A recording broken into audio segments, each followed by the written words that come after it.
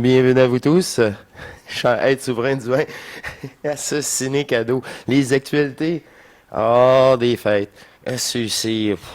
Bon, ben, comparativement, ben, oui, comme l'an passé, je fais quelque chose de spécial, une émission spéciale. Et sur le sujet de la jeunesse, encore une fois, cette fois-ci, moi, je peux faire ça, encore une fois. Les autres années, on a beaucoup ri. On a lâché, moi, j'ai lâché mon fou. Et cette année, c'est repris, mais divinement. Je vais dire ça comme ça. Tu sais, quand je dis de notre jeunesse, on est programmé pour le meilleur et pour le pire. Euh, c'est toujours pour le meilleur et pour le pire. Et c'est vraiment des.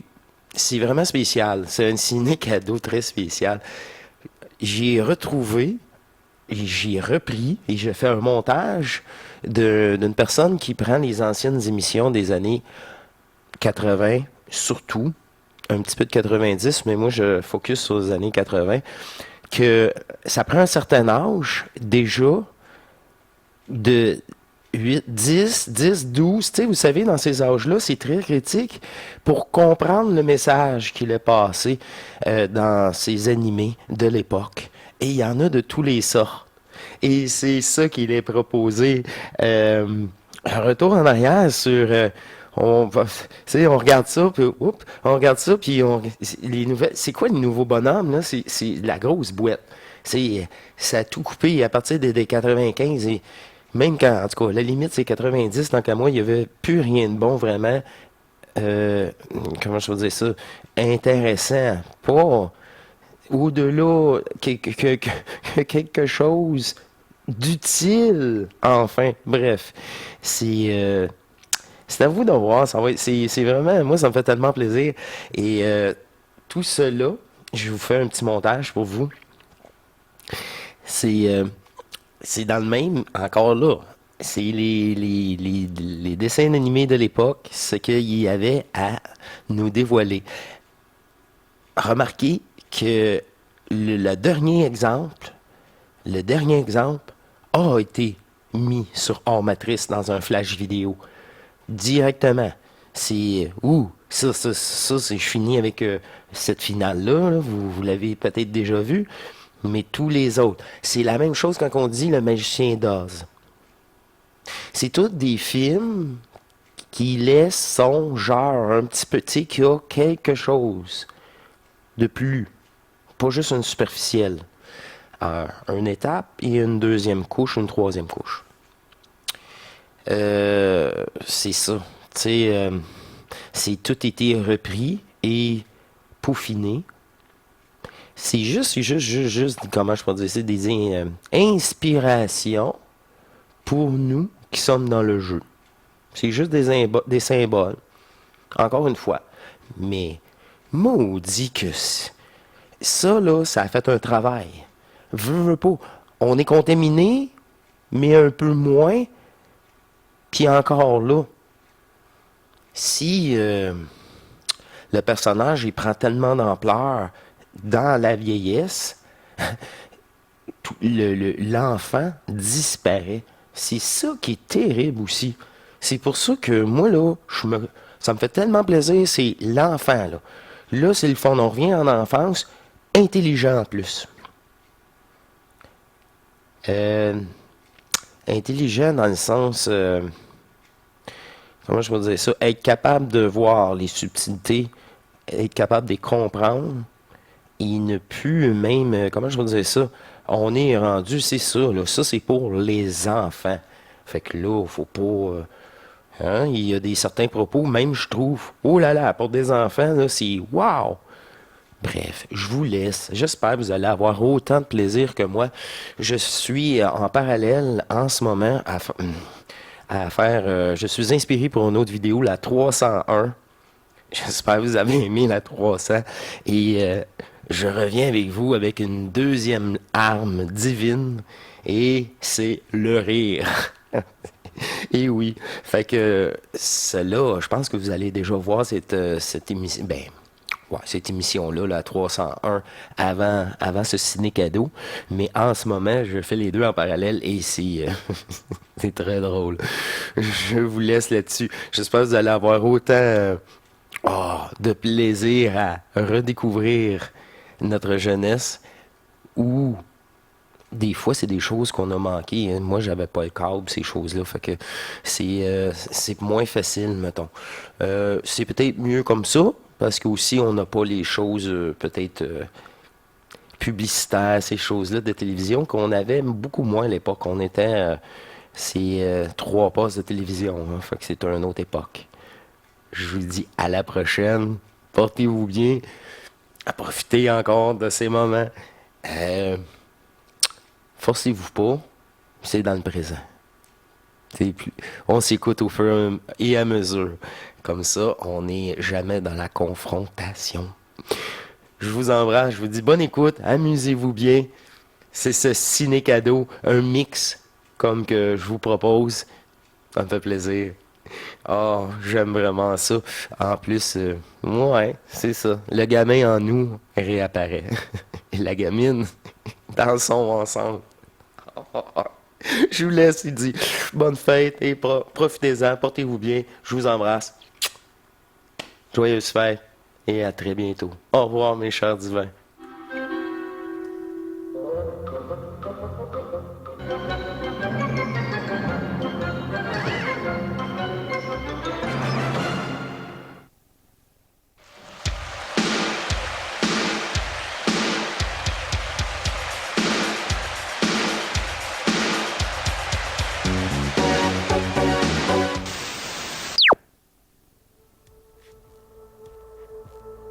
La spiritualité, l'ésotérisme, la connaissance.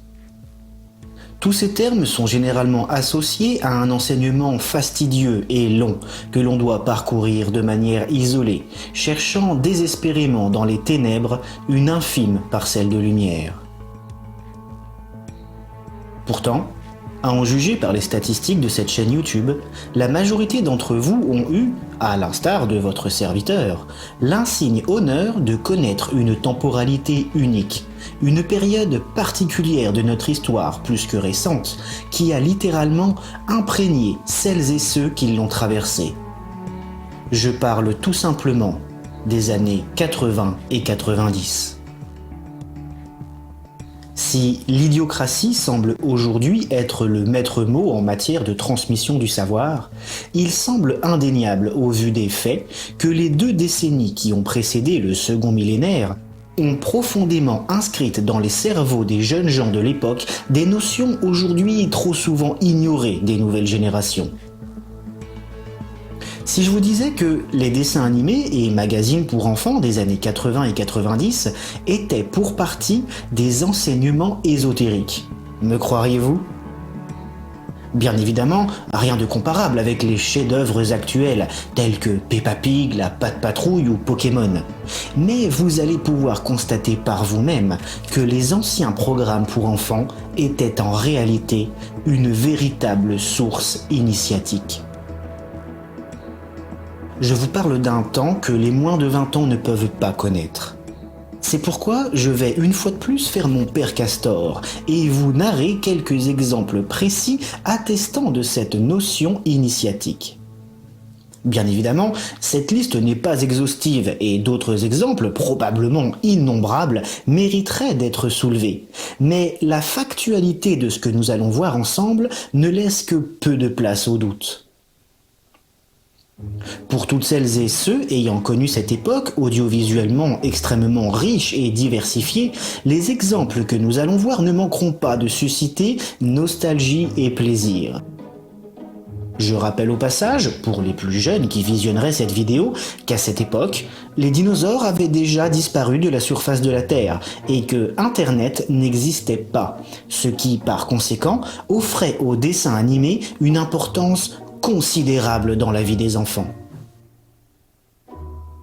Si Denver, Isidore, Lucie l'amour et rock'n'roll ou les Tortues Ninja ne sont que de simples scénarios basiques destinés à élaborer une histoire divertissante et légère, ou à nous pousser à acheter des jouets, D'autres séries de cette époque comportent de réelles notions mystiques et de véritables bases pour une initiation ésotérique et spirituelle. Prenons par exemple Clémentine, un dessin animé franco-japonais de 1985, où on retrouve une jeune fille de 10 ans nommée Clémentine, d'où le titre de la série, qui, suite à un accident d'avion avec son père causé par le mystérieux démon Malmoth, se retrouve tétraplégique. Elle parviendra cependant, accompagnée par la fée Éméra dans sa bulle bleue, à vivre d'innombrables aventures durant son sommeil où elle retrouve l'usage de ses jambes et poursuit la lutte contre les forces démoniaques de Malmoth. Si le synopsis semble malgré tout assez anodin, on peut y voir une introduction idéologique au voyage astral, aux différents plans et à l'existence d'entités maléfiques œuvrant sur Terre. La symbolique visuelle de cette série est également très forte, puisque Malmoth, le démon, est représenté sous la forme de flammes humanoïdes rougeoyantes, tandis que Éméra, la fée cherchant à détruire le mal, apparaît dans une aura bleue. L'opposition des teintes bleues et rouges, associée à l'opposition idéologique des personnages, marque donc clairement une dualité indéniable. Outre le côté tragique de cette série, avec une enfant de 10 ans qui se retrouve handicapée à vie suite à un accident d'avion, et où son père lui dira tout de même textuellement « Au fait, Clémentine, tu avais vraiment raison pour la course. On a gagné 288 km/h, nouveau record mondial, tu te rends compte ?» qui, vous en conviendrez, est totalement abject au vu des circonstances. Ce qui ressort le plus dans ce dessin animé est très clairement le voyage astral, avec les multiples sorties extracorporelles réalisées par Clémentine, instaurant l'idée d'une pluralité de plans, physiques ou non, ainsi que la possibilité de voyager de l'un à l'autre. Continuons avec une autre série culte des années 80, Les Mondes Engloutis, un dessin animé français de 1988. Alors, je vais pas vous mentir, j'ai personnellement jamais été fan de cette série, et pour de nombreuses raisons. Premièrement, j'ai toujours trouvé le générique particulièrement angoissant, tout comme la mini-série Téléchat, avec ses marionnettes cauchemardesques, ses visages humains posés sur tout type d'objets, et ses gluons carrément effrayants. Mais ça ne regarde que moi. Et deuxièmement, je n'ai jamais vraiment trop compris l'histoire de ce dessin animé des mondes engloutis. Mais il y a pourtant une grande notion initiatique et ésotérique dans cette série. Et quand bien même je ne suis pas fan, je dois bien le reconnaître. Je ne m'attarderai pas sur Bic et Bac, les deux pangolins étant probablement à l'origine du Covid-19, puisqu'étant les plus anciennes formes de vie de la cité d'Arcadia. J'imagine qu'ils ne servaient qu'à nous prévenir 30 ans plus tôt de l'arrivée d'une terrible pandémie mondiale, dont le nombre de morts correspondra exactement au taux de mortalité normal de la population mondiale. Plus sérieusement, le scénario des Mondes Engloutis fut directement inspiré de la légende de l'Agartha et de la Terre Creuse. Dans cette série, on retrouve notamment un monde souterrain abritant la cité ancestrale d'Arcadia, où résident ceux qui vivent en dessous. On apprend également que des archives secrètes témoignent du fait que, bien avant, les habitants du dessous vivaient à la surface, mais qu'à la suite d'un terrible cataclysme, leur île fut précipitée sous la surface de la Terre. Si le synopsis de base fut inspiré directement de la légende de l'Agartha, cette cité souterraine, idyllique et mystérieuse décrite dans les textes théosophiques, il semble difficile ici de ne pas faire également le parallèle avec le mythe de l'Atlantide, une île ayant sombré sous les eaux suite à un événement cataclysmique survenu il y a 12 000 ans, et pour lequel certains témoignages mentionnent une survivance de ses habitants dans des mondes souterrains. L'Atlantide fut par ailleurs le sujet de prédilection de bien des œuvres des années 80 et 90. Si cette civilisation légendaire n'apparaît dans les mondes engloutis que comme un parallèle lointain et non énoncé directement, ce ne fut pas le cas dans le numéro 126 du magazine Mickey Parade, paru en juin 1990, où l'on retrouve, au milieu des jeux de mots fléchés et autres aventures de Picsou et Donald, une mini-aventure en 2 parties nommée Comment nous perdîmes l'Atlantide. Difficile de ne pas faire plus évocateur, vous en conviendrez. Dans cette courte bande dessinée, on retrouve Mickey et Dingo envoyés 10 000 ans plus tôt sur le continent antarctique, car suite à la découverte d'une pièce d'or à plus de 3500 mètres de profondeur sous la calotte de glace, l'existence d'une civilisation antique sur ce continent leur semble plus que probable. Les deux héros se retrouvent ainsi à Atlantis, une ville prospère au centre des terres où la construction de nombreux navires semble être une prérogative et où, soit dit en passant, les hommes cohabitent allègrement avec des dinosaures. Mickey et Dingo apprendront de la bouche même du roi d'Atlantis qu'une terrible catastrophe, prédite par des sages depuis des temps immémoriaux, est sur le point de se produire. Et c'est là que ça devient encore plus intéressant, accrochez-vous bien. Il s'agit de la prophétie de Utnapishtim, inscrite dans le rouleau de la sagesse, qui annonce qu'un astéroïde nommé Baal va entrer en collision avec la Terre, traversant le ciel telle une flèche, et que son impact provoquera une vague dévastatrice qui submergera toute chose sur la planète. D'où la construction des navires au centre des terres. Bon, finalement, Mickey et Dingo ne servent à rien du tout et l'astéroïde Baal frappe la Terre, modifiant le positionnement de l'écorce terrestre, faisant basculer l'Antarctique au pôle sud et anéantissant tout sous un raz-de-marée planétaire. Seuls les survivants d'Atlantis parviennent à survivre grâce à leurs navires et partent en différents points de la planète, Amérique latine, Mexique, Égypte et Mésopotamie, pour y établir de nouvelles civilisations. Et je vous jure que c'est vrai, tout ceci est dans une bande dessinée pour enfants datant de 1990. Les plus initiés d'entre vous auront d'ores et déjà remarqué les nombreux points initiatiques. Mais, pour celles et ceux à qui cela aurait échappé, nous allons revenir dessus. En fait, c'est assez simple. Toutes les dénominations, localisations ou datations de cette histoire de Mickey sont hautement ésotériques. Outre bien évidemment l'appellation même de la ville de l'Atlantis, faisant référence directement à l'Atlantide, la date à laquelle les deux héros sont envoyés dans le passé n'a rien d'anodin. Il remonte de 10 000 ans dans le passé, soit la datation supposée par Platon de la disparition même de l'Atlantide. La prophétie de la catastrophe inscrite sur le rouleau de la sagesse est dénommée prophétie d'Utnapishtim, ce dernier étant le seul et unique survivant du déluge antique choisi par les dieux mentionné dans l'épopée de Gilgamesh, un récit mésopotamien de plus de 3500 ans. On continue ? L'astéroïde qui frappe la Terre et anéantit de ce fait la ville d'Atlantis est dénommé Baal.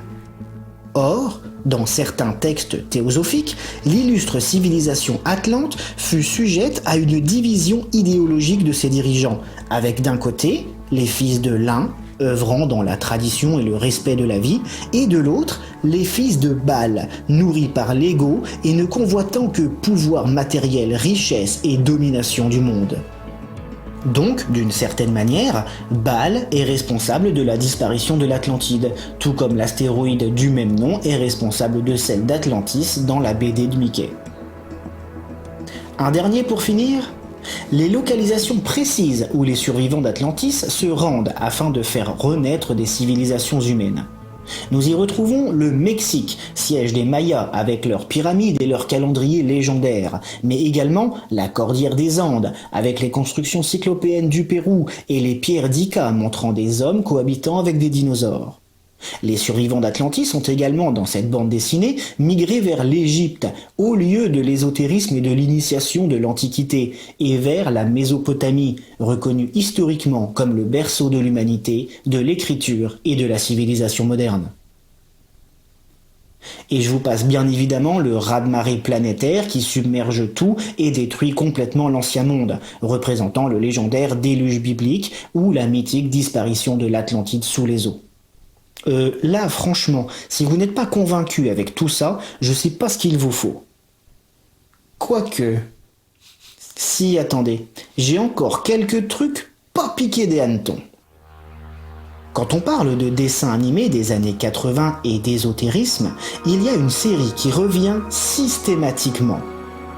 Les mystérieuses cités d'or. Cette œuvre franco-nippone semble effectivement avoir inscrit dans les esprits de celles et ceux l'ayant regardé de très fortes notions initiatiques, et à juste titre.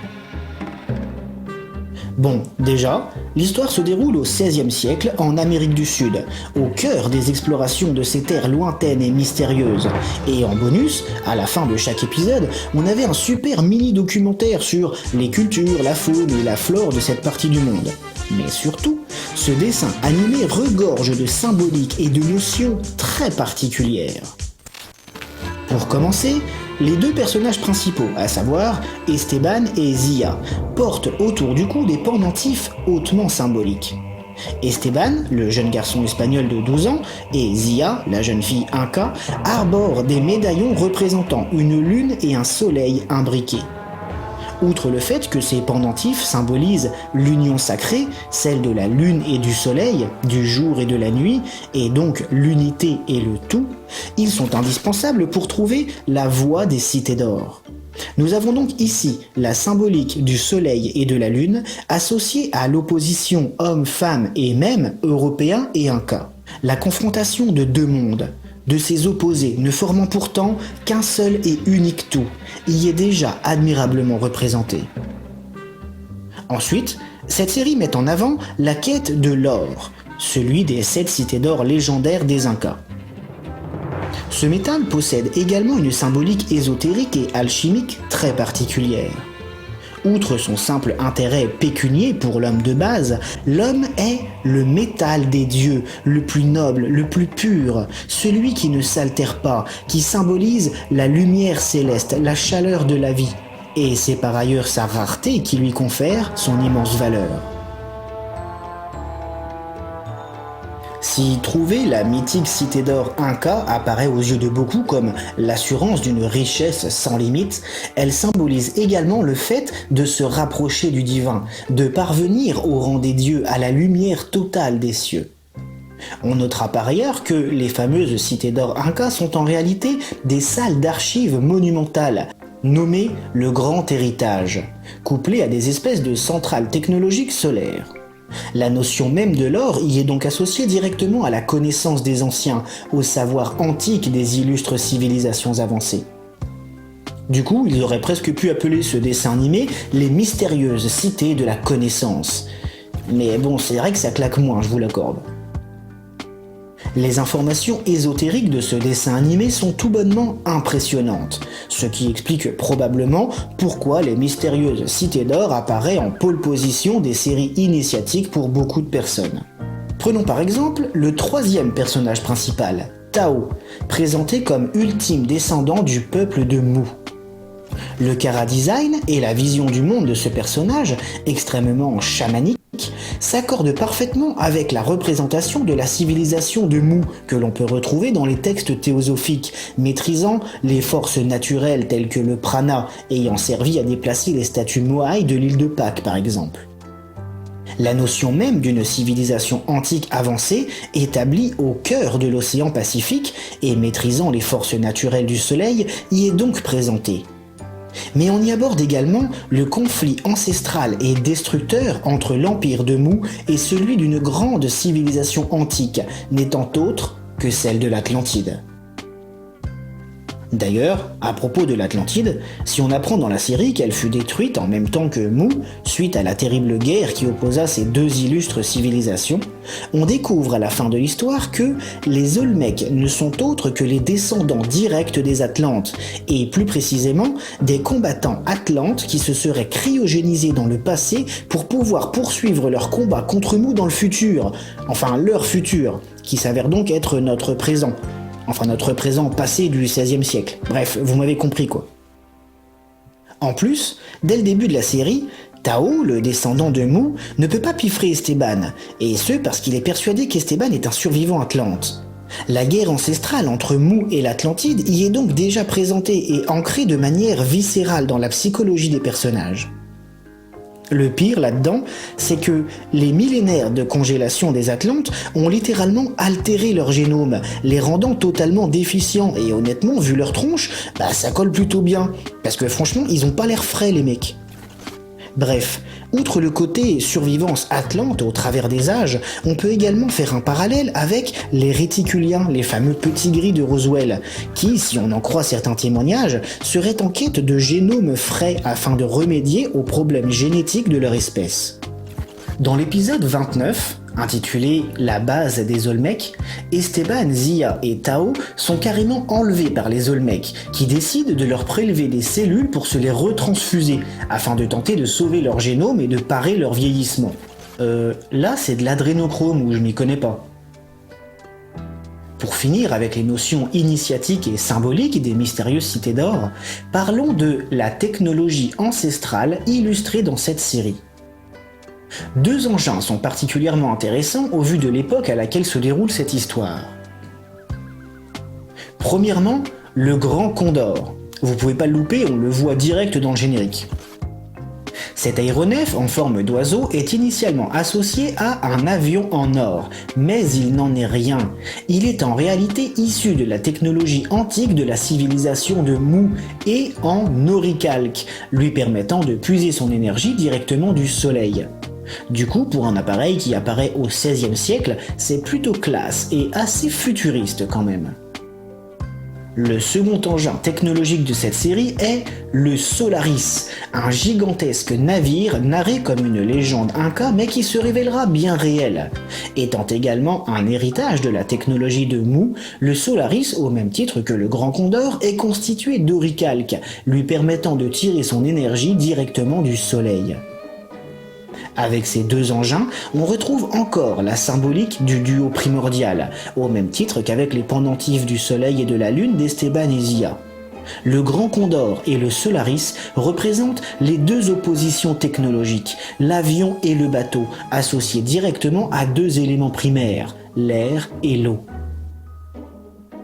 Du coup, avec tout ça, je comprends mieux pourquoi les mystérieuses cités d'or sont si souvent nommées le dessin animé ésotérique par excellence. Et pourtant, croyez-moi, il y a encore mieux. Nous allons clôturer ce petit tour d'horizon des séries des années 80 à caractère initiatique avec l'œuvre étant d'après moi la plus riche en informations et en sources diverses. Je vous parle tout simplement de « Il était une fois l'espace ». Cette série d'animation française, diffusée pour la première fois en 1982, est une vision complète de l'ésotérisme moderne, associant néo-évémérisme, mythologie, civilisation antique et ufologie. Pour ainsi dire, c'est le Alien Theory de l'époque, en dessin animé et pour les enfants. Pour être honnête, je ne sais même pas par où commencer avec cette série. Tiens, commençons par le plus effarant, l'épisode 18. Intitulé « L'Atlantide ». Vous vous doutez bien que le sujet est déjà hautement ésotérique.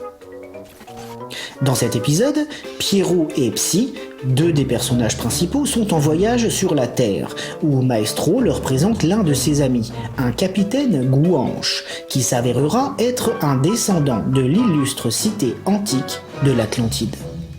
Et là, au milieu de dialogues abordant la réincarnation et la régression spontanée entre Psy et le capitaine Gouanche, on nous sort toute l'histoire de l'Atlantide, comme si on nous racontait les croisades ou la guerre de 100 ans, avec une multitude d'informations que personnellement je considère comme franchement déjà très pointues.